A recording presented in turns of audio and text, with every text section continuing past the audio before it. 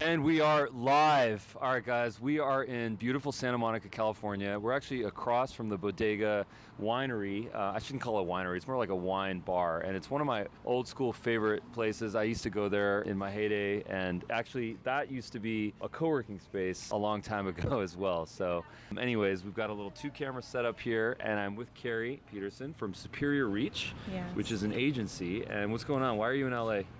I am actually here for a meetup with Kat Howell, FATC. She owns an agency overseas, and I'm just out here with my son, spending a little time in California, enjoying the weather. It's starting to cool off in Minnesota, where we're from, so just excited to be here. Very cool, yeah. So I guess there's a couple of things that I wanted to capture in this conversation. So the first thing is I'd love to kind of dive deeper into, the realm and the world of Facebook advertising. So I know that my personal story is that I'm a big fan of Facebook advertising. We have some cool integrations. Facebook lead gen ads integrate directly to Dub via Zapier. That's kind of a new thing. It's called Dub Leads. We haven't formally announced that yet, but that's going to be a new thing that we're going to put out there soon. But, I've definitely been through the ringer on spending money in advertising, burning through a lot of cash, trying to get data, trying to A/B test, trying to figure out what works, what doesn't work. And, was I burned? Maybe, or maybe it was just sort of the ultimate kind of learning process. I mean, I think one of my biggest frustrations coming previously from the agency space is people don't really understand the idea of learnings and the fact that that costs money. It's $1,000, it's $10,000, it's $20,000, it's sometimes $100,000 of just learnings and data and figuring out what works. So that's my first question. What's the sort of necessary evil, the necessary amount of money that people should expect to pay to really get the learnings to understand what's going to work? Well, first of all, I'll just preface by saying that you can spend a lot of money very quickly, but what's more important is that you take the time to do your research on the front end. So first of all, you have to figure out your persona. So what type of client or customer are you trying to draw in, right? In Facebook, there's an area where you can look at the analytics. You can see what that particular persona is doing, right? So you go into Facebook analytics and you do the research on the front end. Okay, you find out what are they reading, what are they viewing, what are they interested in, and then you can even niche it down even more based on demographics, age, gender, things like that. But you decide what your persona looks like, what is their issue, what is their problem, okay?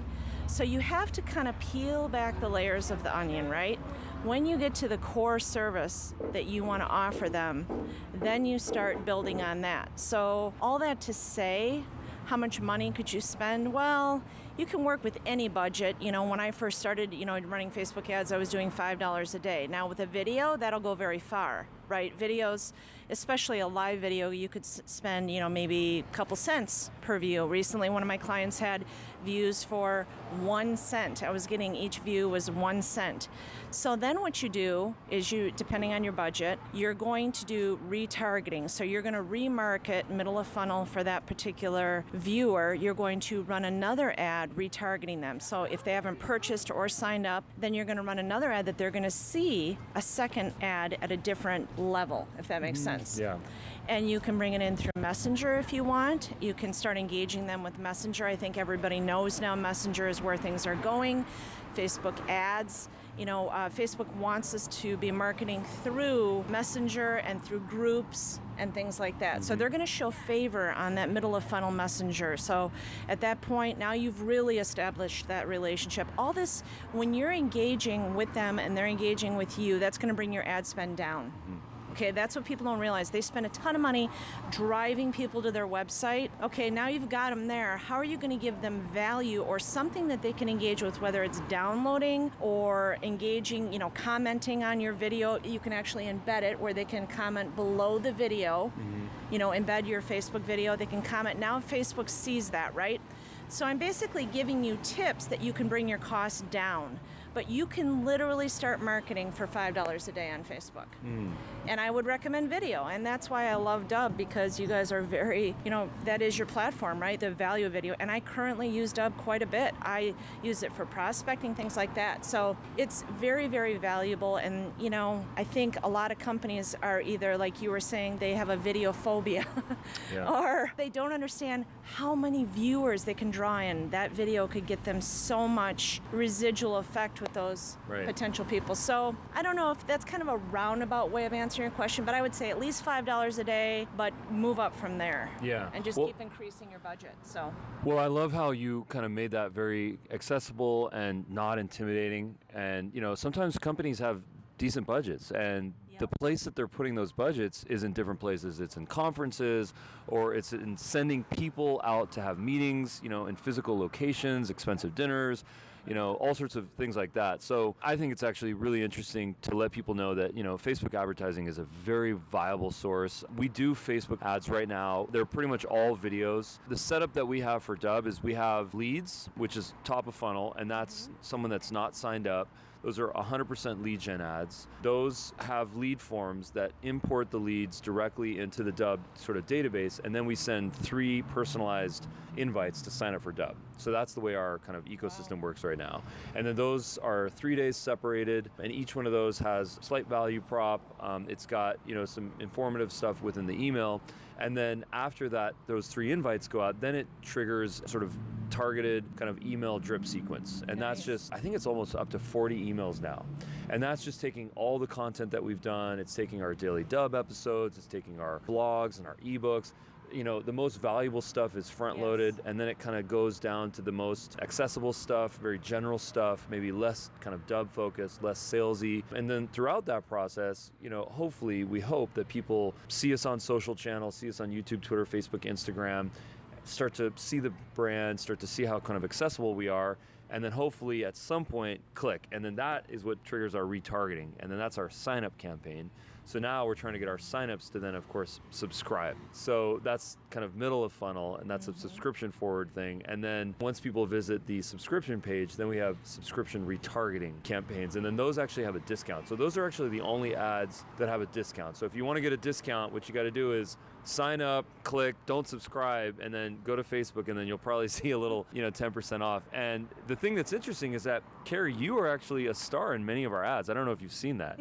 So your testimonial, we sort of tested a lot of different things, and the ad that starts with, I think your testimonial actually converted the best. I don't know if you knew that. oh, that's it's very flattering. Yeah, so you're getting a lot of free branding and free advertising on Facebook from us. That's totally awesome. Yeah. I love what Dub does because I think it's relationship based. So when I'm doing prospecting, whether it's online through sending a prospect email or whatnot, I can not only see the analytics for myself, but I can also engage with them. And even with the app, you can immediately, you're not always sitting at your computer, but I can use that app to, send something immediately when I get that prospect, because time is of the essence, right? So whether you're sending out lead emails or, you're trying to watch those analytics to see if they're not even interested, if they're not even opening it, that tells you something, right? Yeah. And so that's, whenever you're marketing, that's what you want to do. Is I think a lot of people start the ads, they don't pay attention to, what is their view rate, how long are they watching that. Facebook will tell you if they're watching over 3 seconds, 10 seconds. And then you can do a lookalike audience, a targeting audience. So there's, a lot of things you can do that people don't realize in the analytics piece. So I usually try to tell my clients, okay, this is what's working, this is what sometimes images do great. If it's a very visual product, if it's like jewelry or something, I've noticed that visual images do better than video. So it just depends on what product or service you're trying to promote. You have to try different types of ads. You have to try, video and try images and try asking them questions where they engage with that questionnaire, or you can do Survey Monkey or things like that. There's different things that you can do to get them engaged. If you're not getting engagement on your page, then you need to be looking at, what type of people are on your page and what are their interests. There again, do your research. Yeah. So don't just put up ads, but actually follow up and go in there and look at the analytics. Yeah. Well, that's some really important intel to me, because I think that my mind is so stuck in the video space that I think I just kind of defaulted to only doing video ads. So we don't have any image ads right now. And note to self, let's get some image ads to kind of test stuff out. I think I just got sort of, I don't know if it's brainwashed or what, but but I agree with you. What I love about the idea of an image ad, if it's cost per click, is that my understanding is that video ads on Facebook they're all CPM based. Is that true, or is there such thing as CPC video ad? I actually don't recall right now. So I think that's something worth looking into. I think the cool thing about image ads is that you're not going to get charged on an impression basis, so you don't pay for something that someone doesn't click on. So I think that might be something valuable. But what's working right now is doing a conversion-based ad, driving them to a page, and then once they get there, you have the pixel acquiring that data. So you need to be you need to dig deep. So in Facebook, you can actually go deep into the analytics, see the pixel data, and really create your own, gather your own types of intel that you're looking for. You can find out where they're coming from, what page they're leaving, lots of different things. And so that's what's working right now, is to do that landing page. And I think a lot of people are trying to do the lead forms right now, which are expensive. They're very expensive. And so that engagement piece is just, it's crucial for the cost. And cost per click can get quite pricey and burn right through your budget real quick. So sounds familiar. Yeah. That's some great intel. I really appreciate that. If you guys have questions, comments, throw them below. We'd love to, get some answers for you. We don't know all the answers, but we'd love to get the conversation started.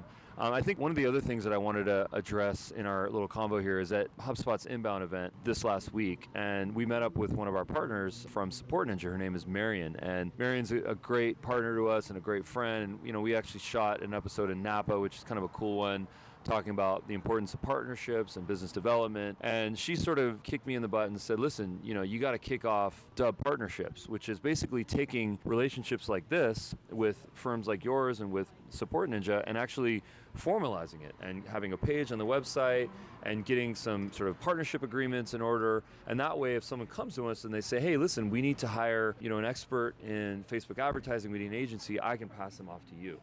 So that way, we can constantly be, providing value, end-to-end solutions, not just sort of cutting people off at some point, provide end-to-end A to Z, soup to nuts solutions. So one of the things that I wanted to do was to formally invite you to the Dub Partnerships program with Superior Reach. And essentially what that entails is some sort of a referral, like a mutually beneficial referral program, and then, feature you on the Dub website. This is not live yet, but dub.com/partners. And so I wanted to throw that at you and see what you think. I think that's incredible. Growing through my businesses through the years, including Superior Reach, we are huge on collaborating with like-minded individuals, partnering with them. Referral and relationships are very, very, very, very, very important. I can't emphasize that enough.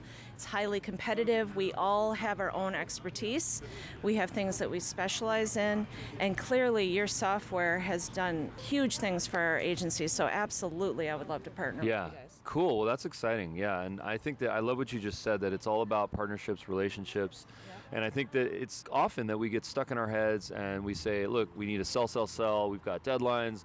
We've got quotas, we got to keep the lights on, we got bills to pay, we got mortgages, we got kids, all that stuff. But I think it's important to take a step back and say, look, what is our long-term goal and how are we going to provide, profitability, sustainability for the future, not just for today. And I think that, partnerships and relationships obviously are the key to that. It just takes time. It's a longer ROI. So I think there's a little bit of patience involved here. Yeah, and I think people need to expand their horizon a bit and realize, I think as entrepreneurs, as owners, we can think that our way is the only way, or we can do it all ourselves. And I did that for years with a previous company of mine. Did it all, right? And what you're really doing is ruining opportunities for yourself and revenue. I mean, honestly, if you try to do everything yourself and not bring in partners and collaborate with people, you're literally losing money. Because, like I said, everybody has expertise and you don't have enough time to do everything yourself. So it might be the video piece, it might be the marketing piece, it might be, editing things and putting it online for social media. So, I recently have brought on several people to Superior Reach, outsourced to them, brought them on a team. And it's really, really helped to bring the pressure level down for me, right? Yeah. And so that's what I would say to all the business owners out there is just, think about who you could partner with to add value to your company, because it is adding value, right? The better you serve your clients, the more clients and customers you're going to have. Yeah. So it's something to think about. So I appreciate that offer. That's awesome. So you came here with your son, so that's really cool, incorporating your family into your whole process, your networking. That's really exciting. So I'm going to just give my little diatribe on sort of the importance of content creation. And I know I talk about this a lot, but one of the things that, Carrie, you asked me when we met up, what is sort of my process and what is the philosophy? And our goal was to essentially figure out ways to create content so that we could build relationships, generate leads, get people to sign up, lift our brand up, go through that whole sort of marketing process, but then also at the same time, do the things that we used to do, which is, one-to-one selling and just the idea of sharing content and really pitching. But I think the paradigm shift now for us has been, instead of all those kind of traditional sales tactics, it's to capture content, put content out there, get people in some sort of an attention loop so that they continue to hear about us through emails and through social channels and word of mouth. And that effectively lifts our brand up without requiring that we spend a ton of money on advertising. So I think that our desire and our obsession and our kind of raging kind of yearning to create content and to put it out there, it really comes from a place of wanting to lift the brand, wanting to educate people, wanting to provide value, and then not necessarily, burning most of our money on places that might not be the most efficient place to do so. So an example of that would be, going to a conference and instead of spending $30,000 or $40,000 on a booth, it's creating content, providing value. In this case, in our last example, we shot these commercials, the Dub 100. We can kind of cut some of those examples in this video, but that was a really important process for us because it was all about providing value, and I think people enjoyed that. So we got some good response on that. So I guess my question is, what are some of the things that you would like to do to capture content and to put it out there? What are your sort of like goals, and how can we help you with Dub, with the platform, with education? Throw some at me here. Well, I think, first of all, what I'm working on is helping, businesses to understand the branding piece. Now, it used to be, brochures and flyers and, paper things that they would send through the mail and things like that. And I'm not saying that stuff doesn't work, but what I'm saying is things have shifted. So I'm trying to teach and educate business owners, entrepreneurs, the importance of their branding piece. Mm-hmm. What is the voice of their company, like you were just explaining? What is their mission? What is their ideal customer? Then from there, keeping their branding looking a certain way. It needs to be consistent, okay? So building trust on the front end, right? Building that trust from the minute, someone lands on your website or your social media. What is their initial impression? From there, driving that conversion in where they are going to want to learn, giving them a value piece, right? So whether it's a download of free content, right? That's what I love about you guys. You guys have so much content for people to learn from and engage with. And that organic piece is dying away. I think people feel like, I can't do Facebook ads or, I can't do this or that. And so they get all locked up and they get scared to give that value piece. So what I want to do is help them to feel their product or service is important, it's unique, it has its own voice, just like every person is unique, every brand is unique, and just helping them find that brand voice, helping them stand apart from everybody else, not look at the competition, but look how they're unique, Yeah. So, the blue ocean strategy, definitely, So it's just really helping these companies that feel lost. Yeah. They feel like people are not seeing my stuff. People are not clicking on it. What do I do? I have a consulting client right now, huge company, and they're just really struggling to get that engagement piece, like no likes, no. And it used to be about 4% of the people were seeing your stuff on Facebook. Now it's less than that. Yeah. And so, they're just very discouraged. So I try to encourage them, teach them the basics. Like how would your brand stand apart? What's the first impression? Getting a video together, having the person that's at the top tier of the company get on camera, even if they don't want to, trying to just build that gap between them and their client or customer. Yeah, I love that. So, I don't know, it's just a way for people to lock in that relationship that I'm talking about. When I built my previous company, it was almost all organic. And I think I see people, they just don't know what to do to get that organic piece, and it's unfortunate. Yeah. Before we forget, let's get some links. So how can people find you and Superior Reach? SuperiorReach.com is our website. We are on YouTube. I just recently started a podcast, OnlineGrowthTips.com. And I also have a website, CarriePeterson.net. So any of those areas, I'm pretty active on social media. LinkedIn, I'm also on there. It's just me always trying to give a piece of valuable content. I've been going live since, I think it was about 2012. I started going live and just trying to give people mindset, teaching or different tips of how to do Facebook Lives or how to, so we're always putting content out there. So we would love to have you. And if you have any questions or concerns, you're welcome to send me an email at Carrie@SuperiorReach.com. It's Carrie. 2 R's and an IE. Yeah. Old-fashioned spelling is what my grandma used to say. Oh, cool. Well, I would also encourage you to, share. I'd love to get any content from you at all possible. Please mention me in your posts whenever sort of relevant, LinkedIn, Twitter, whatever. I mean, one of the things that I have been really kind of inspired by is I think a lot of people in business, they suffer from this problem where they feel like everything needs to be perfect and produced. And, going to this conference, this marketing conference, it was actually a couple of marketing conferences that happened in Boston, but, I was reminded that gone are those days, and the whole thing enabled grown-ups having fun. I mean, if I were to give you a theme of what this conference was, it was grown-ups having fun. There was a ball pen where, people were playing like they were kids at McDonald's. There was like a swing set, with this like unicorn lighting, and it was just gradient cool, perfectly Instagram-friendly stuff. And, there was just people walking around with selfie sticks, and you could just tell there was a lot of inner child happening.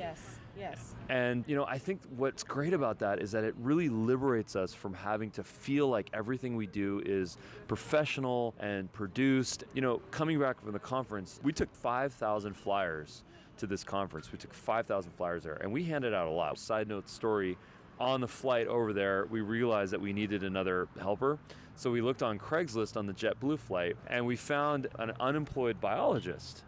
And we just sent him an email, and he said, hey, look, I'm looking for odd work, and I'm looking for whatever random tasks and jobs. So we emailed him, and we said, here's the task, can you help us hand out flyers at the show? And he said, sure, I'm in.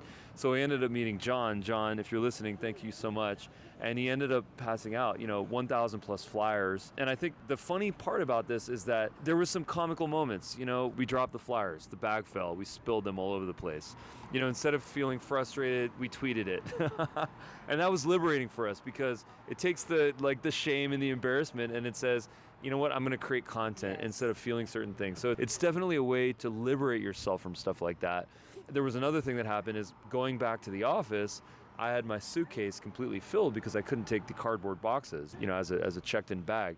So instead of sort of figuring out a way to neatly organizing those into a box in my office, I just decided to dump those over onto the floor and then do that later. So for about 20 minutes, I had cards all over the office floor, and I decided to tweet that instead of, feeling kind of silly and awkward about that.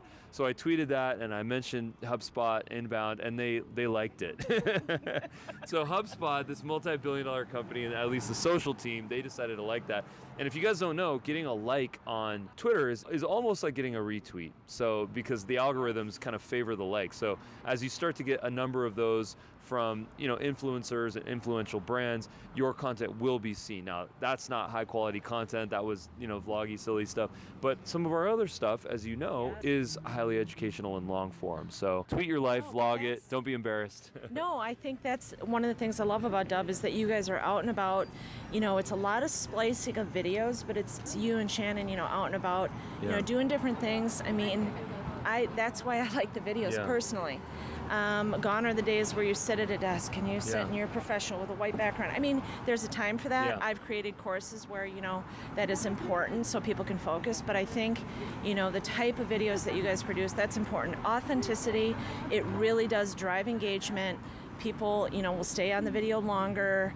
There's certain pieces, as you know, as a marketing specialist, to that piece. So I love that you guys just made it fun. And I might have to go to that event next year. That sounds like a blast. Well, I'm noticing that a lot of conferences are like that now. I think, the event, huge shout out to modern, event organizers. I've met some really talented ones in my day. And I think they're just realizing that business conferences are, yes, they're about education. Yes, they're about networking. Yes, they're about generating revenue, but they're also about escaping and having fun in a very positive, very, productive way. I mean, yeah, you can booze up, and yeah, there's 100 places that you can get free alcohol. There's actually a lot of fun things that you can do, like going to cool events and, putting together groups and maybe tours of the city. And, so there's a lot of kind of different things that you can do there as well. Don't get me wrong, I love a good glass of wine or a martini or a whiskey, but, mix it up a little bit so that when you come back, you don't feel completely exhausted and hungover, frankly. Yeah. Speaking of hangovers, one of the most common giveaways at conferences is hangover kits. The vitamin C kits, I saw probably 4 people have those.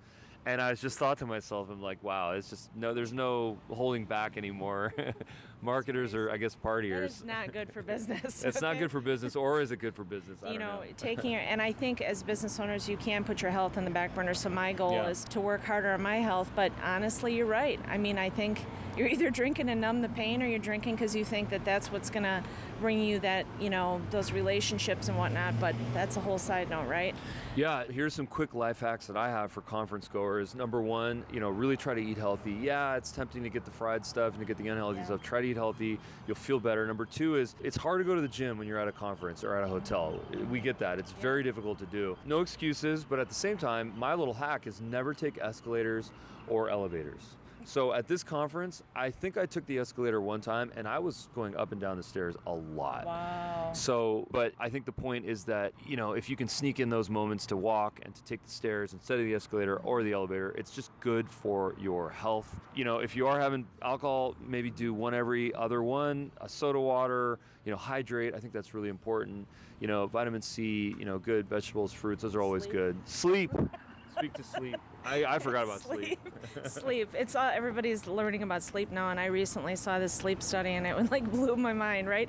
Because we always want to work that extra hour, and it's just crazy, right? So when you love what you do, which I do, it's really easy to put your sleep on the back burner, and that really starts taking a toll. So when you're at a conference, maybe you want to go out and have fun, get your sleep, you'll absorb a lot more material. Yeah.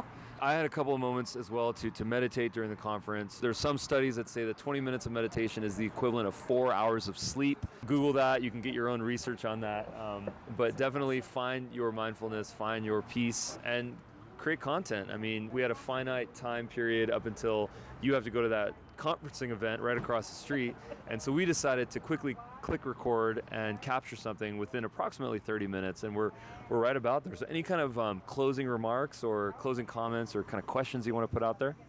No, I would just, it's so great to spend time with you, Ruben, and your company is just going to grow so fast, especially with these steps that you guys are making now with partnerships and, just consistently giving that value piece. I just can't wait to see where Dub is going to go, and these integrations that you've been doing. It's very exciting. I would just challenge you as a business owner, what are you doing today to move your business forward, whether it's building relationships, giving that value piece, and what type of analyzing are you doing on the efforts that you are putting forth? Are you analyzing what kind of results you're getting? So I challenge you to keep a close eye on that. And if you're working with somebody that's not giving you that data, you might want to rethink that, because the data is where the truth lies, right? Yes. Well, that's a good challenge. I personally am going to accept that challenge. I'm going to focus on attribution, focus on testing, focus on A/B, and building the brand voice. And I think that those are really important things. Carrie, thank you so much for your time. Thank you for your service as a vet. It means the world to us. And, let's continue the conversation and let's continue the relationship. So thanks so much. Thanks, Ruben. It's a pleasure to be with you. Thanks, Carrie.